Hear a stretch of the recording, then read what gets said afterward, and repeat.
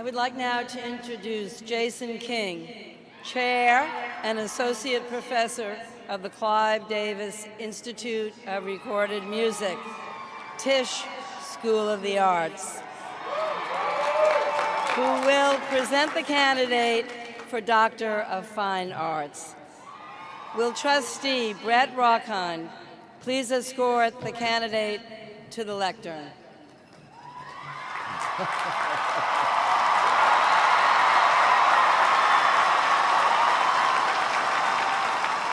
Taylor Swift, blazing singer-songwriter, producer, director, actress, pioneering and influential advocate for artists' rights, and philanthropist. You have brought joy and resolve to your hundreds of millions of fans throughout the world. One of the best-selling music artists in history, you have crossed genres, demographics, age groups, and borders of all kinds to touch lives around the globe. With 9 original studio albums, 2 re-recorded studio albums, 5 extended plays, 3 live albums, and 14 compilations, you have sold well over 100 million album units, earning awards and honors in every category. You have used the remarkable platform you earned to galvanize support for the Equality Act, to prevent discrimination on the basis of sexual orientation and gender identity. And you have spoken out, and you have supported initiatives to protect women and girls from harassment and sexual assault. You have donated significantly to victims of floods and tornadoes, for cancer research, literacy programs for children, and public education. You have fearlessly challenged the exploitation of music artists and successfully championed their right to be compensated for their work.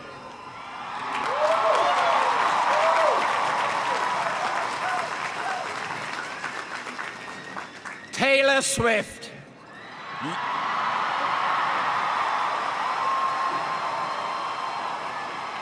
You are a role model across the world for your unprecedented talent and accomplishment, your fierce advocacy for protection of those facing discrimination, and your commitment to speaking out forcefully, eloquently, and effectively on behalf of all artists.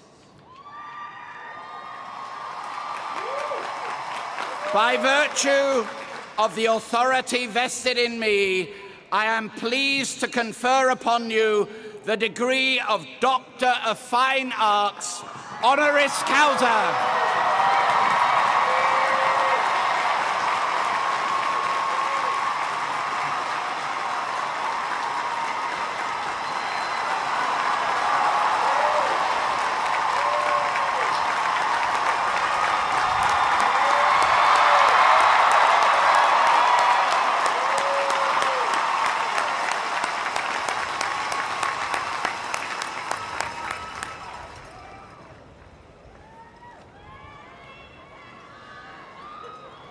I am now pleased to introduce Taylor Swift, who will respond on behalf of the honorary degree recipients.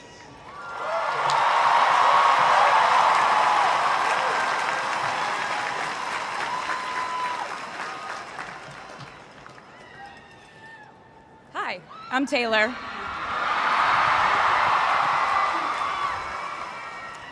Last time I was in a stadium this size, I was dancing in heels and wearing a glittery leotard. This outfit is much more comfortable. I would like to say a huge thank you to NYU's Chairman of the Board of Trustees, Bill Berkeley, and all the trustees and members of the board, NYU's President Andrew Hamilton, Provost Catherine Fleming, and the faculty and alumni here today, who have made this day possible. I feel so proud to share this day with my fellow honorees, Susan Hockfield and Felix Matos Rodriguez, who humble me with the ways they improve our world with their work.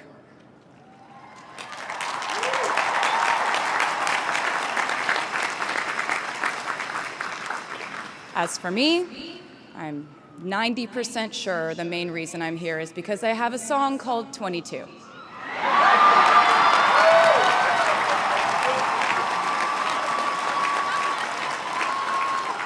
And let me just say, I am elated to be here with you today as we celebrate and graduate New York University's class of 2022.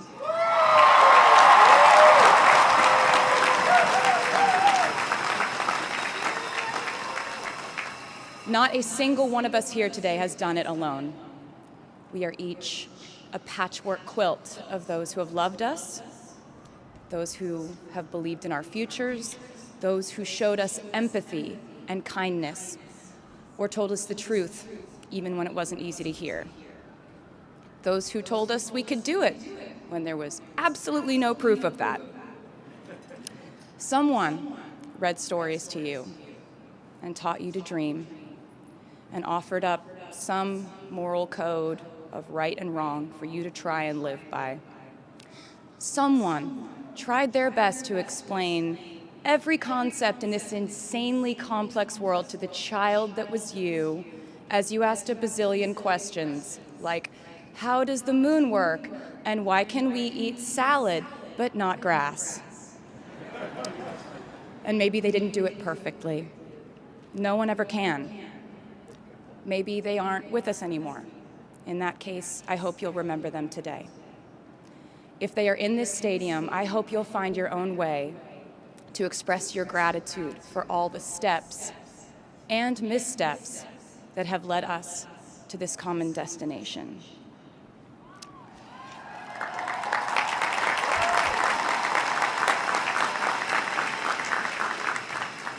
I know that words are supposed to be my thing, but I will never be able to find the words to thank my mom and dad, my brother Austin, for the sacrifices they made every day so I could go from singing in coffee houses to standing up here with you all today, because no words would ever be enough.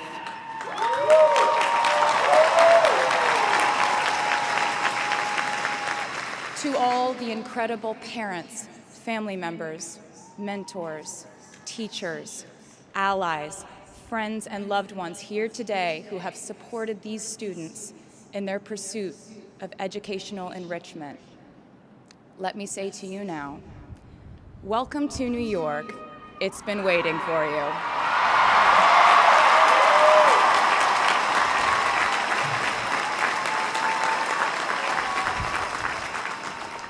I'd like to thank NYU for making me, technically, on paper at least, a doctor.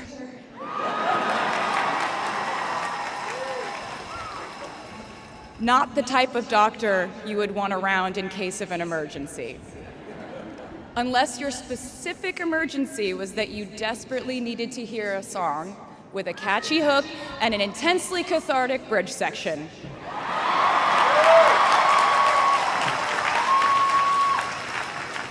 Or if your emergency was that you needed a person who can name over 50 breeds of cats in 1 minute. I never got to have a normal college experience, per se. I went to public high school until 10th grade, and then finished my education doing homeschool work on the floors of airport terminals. Then I went out on the road for radio tour, which sounds incredibly glamorous, but in reality, it consisted of a rental car, motels, and my mom and I pretending to have loud mother-daughter fights with each other during boarding so no one would want the empty seat between us on Southwest. As a kid, I always thought I would go away to college, imagining the posters I would hang on the wall of my freshman dorm. I even set the ending of my music video from my song Love Story at my fantasy imaginary college, where I meet a male model reading a book on the grass, and with one single glance, we realized we had been in love in our past lives. Which is exactly what you guys all experienced at some point in the last 4 years, right?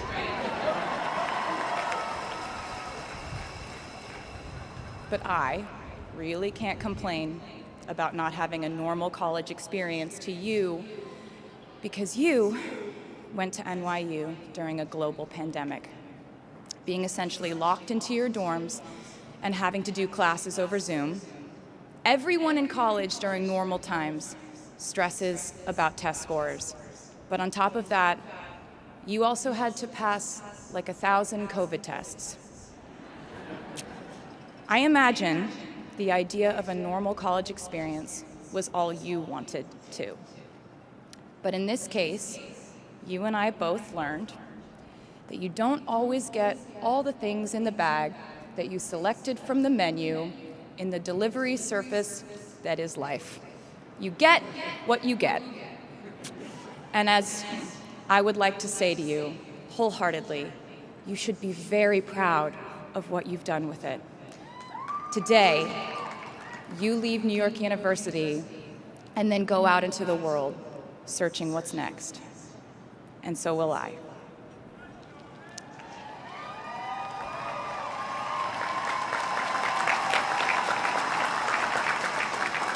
So as a rule, I try not to give anyone unsolicited advice unless they ask for it.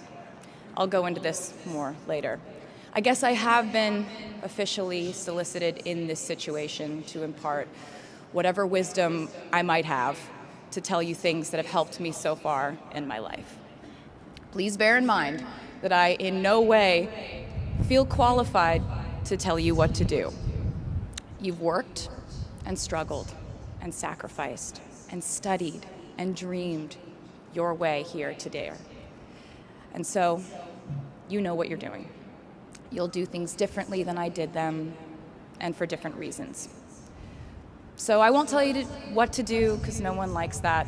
I will, however, give you some life hacks I wish I knew when I was starting out my dreams of a career and navigating life, love, pressure, choices, shame, hope, and friendship.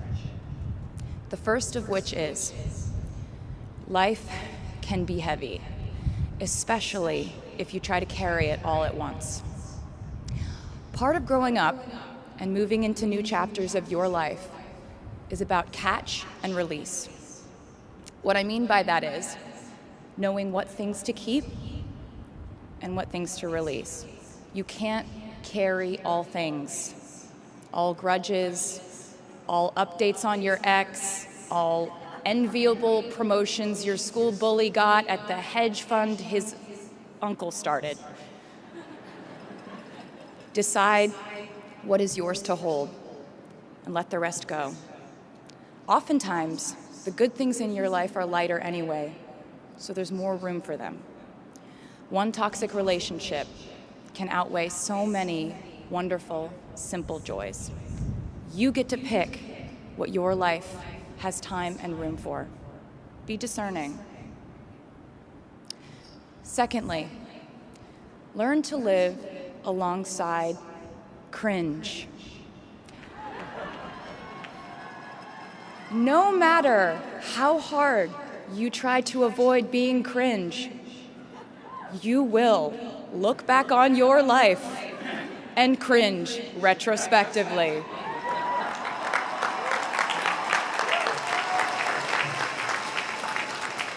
Cringe is unavoidable over a lifetime. Even the term cringe might someday be deemed cringe.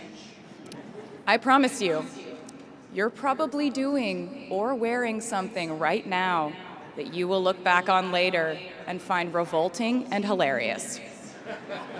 You can't avoid it, so don't try to. For example, I had a phase where, for the entirety of 2012, I dressed like a 1950s housewife. But you know what? I was having fun. Trends and phases are fun. Looking back and laughing is fun. And while we're talking about things that make us squirm, but really shouldn't, I'd like to say I'm a big advocate for not hiding your enthusiasm for things.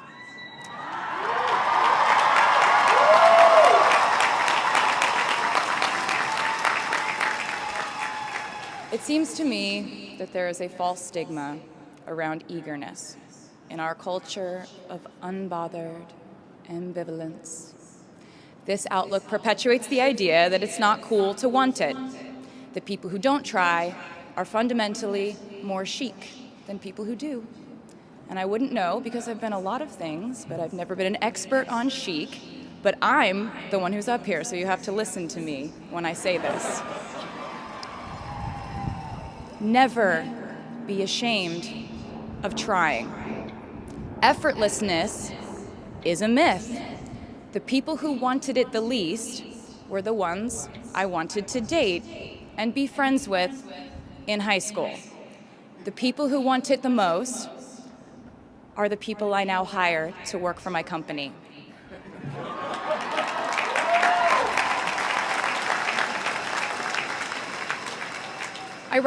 I started writing songs when I was 12, and since then, it's been the compass guiding my life, and in turn, my life guided my writing. Everything I do is just an extension of my writing, whether it's directing videos or a short film, creating the visuals for a tour, or standing on a stage performing. Everything is connected by my love of the craft. The thrill of working through ideas and narrowing them down and polishing it all up in the end, editing, waking up in the middle of the night, throwing out the old idea because you just thought of a newer, better one, or a plot device that ties the whole thing together. There's a reason they call it a hook. Sometimes a string of words just ensnares me, and I can't focus on anything until it's been recorded or written down. As a songwriter, I've never been able to sit still or stay in one creative place for too long.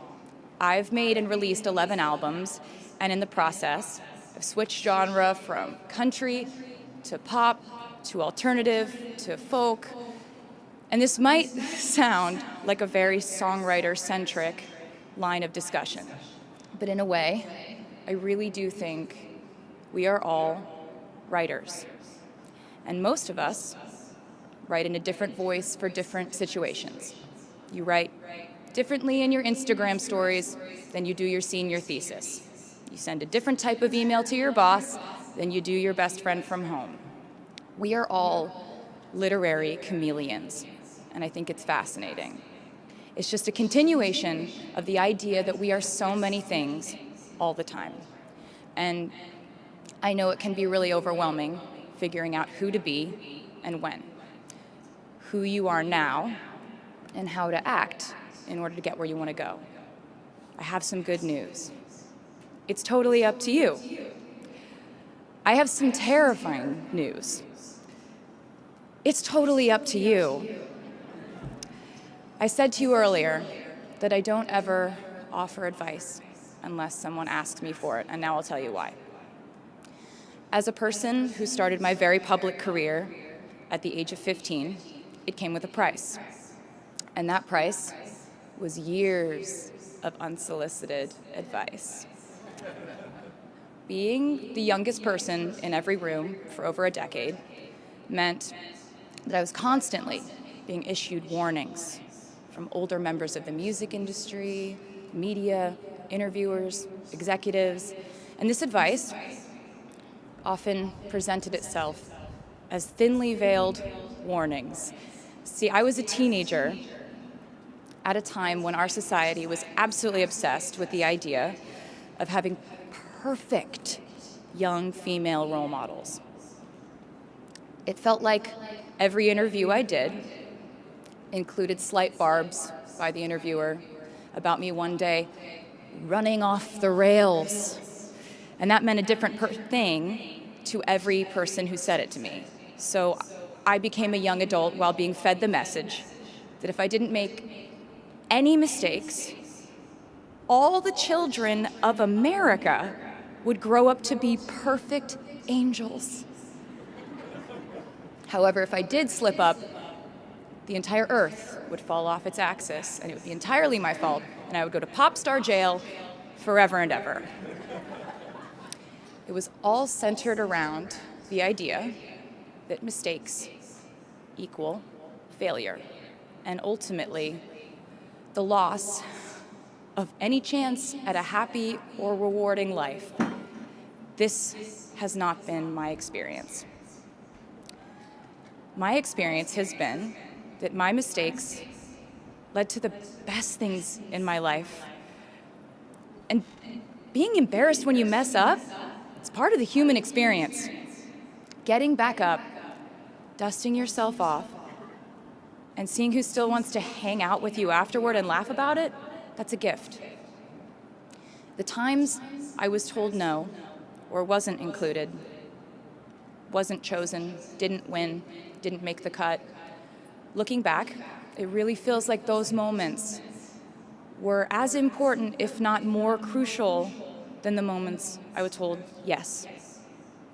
Not being invited to the parties and sleepovers in my hometown made me feel hopelessly lonely. But because I felt alone, I would sit in my room and write the songs that would get me a ticket somewhere else. Having label executives in Nashville tell me that only 35-year-old housewives listen to country music, and there was no place for a 13-year-old on their roster, made me cry in the car on the way home. But then I'd post my songs on my MySpace, and yes, MySpace. And I would message with other teenagers like me who loved country music, but just didn't have anyone singing from their perspective. Having journalists write in-depth, oftentimes critical pieces about who they perceived me to be made me feel like I was living in some weird simulation. But it also made me look inward to learn about who I actually am. Having the world treat my love life like a spectator sport in which I lose every single game was not a great way to date in my teens and 20s. But it taught me to protect my private life fiercely. Being publicly humiliated over and over again at a young age was excruciatingly painful, but it forced me to devalue the ridiculous notion of minute-by-minute, ever-fluctuating social relevance and likability.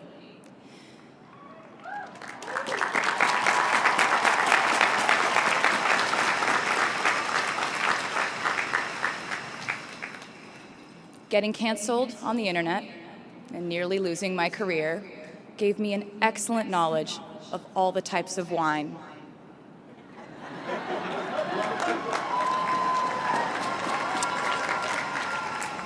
I know I sound like a consummate optimist, but I'm really not. I lose perspective all the time. Sometimes everything just feels completely pointless. I know the pressure of living your life through the lens of perfectionism. And I know that I'm talking to a group of perfectionists because you are here today graduating from NYU.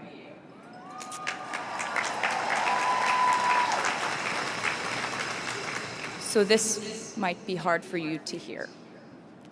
In your life, you will inevitably misspeak, trust the wrong person, underreact, overreact, hurt the people who didn't deserve it, overthink, not think at all, self-sabotage, create a reality where only your experience exists, ruin perfectly good moments for yourself and others, deny any wrongdoing, not take the steps to make it right, feel very guilty, let the guilt eat at you, hit rock bottom, finally address the pain you caused, try to do better next time, rinse, repeat.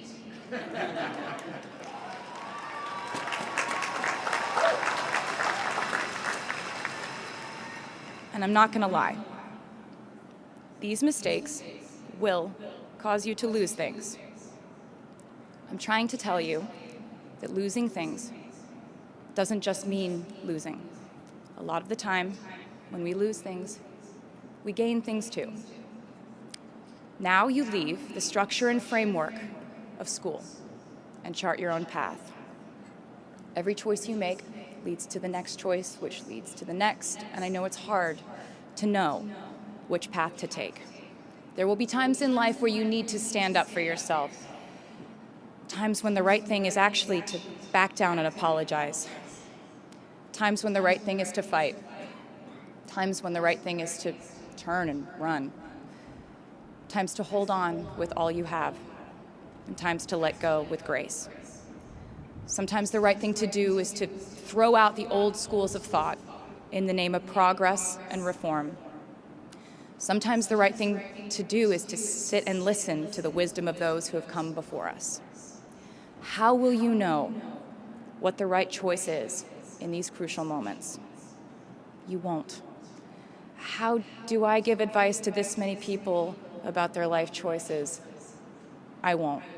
The scary news is you're on your own now. But the cool news is you're on your own now.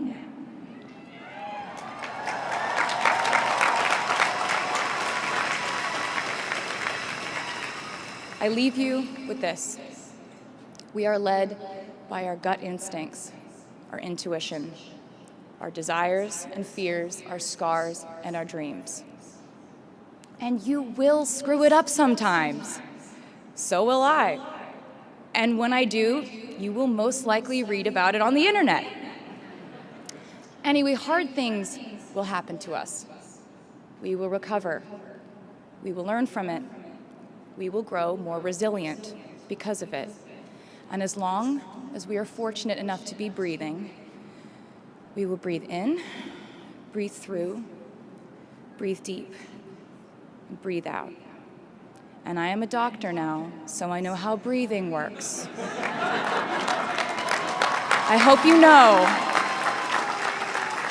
how proud I am to share this day with you. We're doing this together, so let's just keep dancing like we're the class of 22.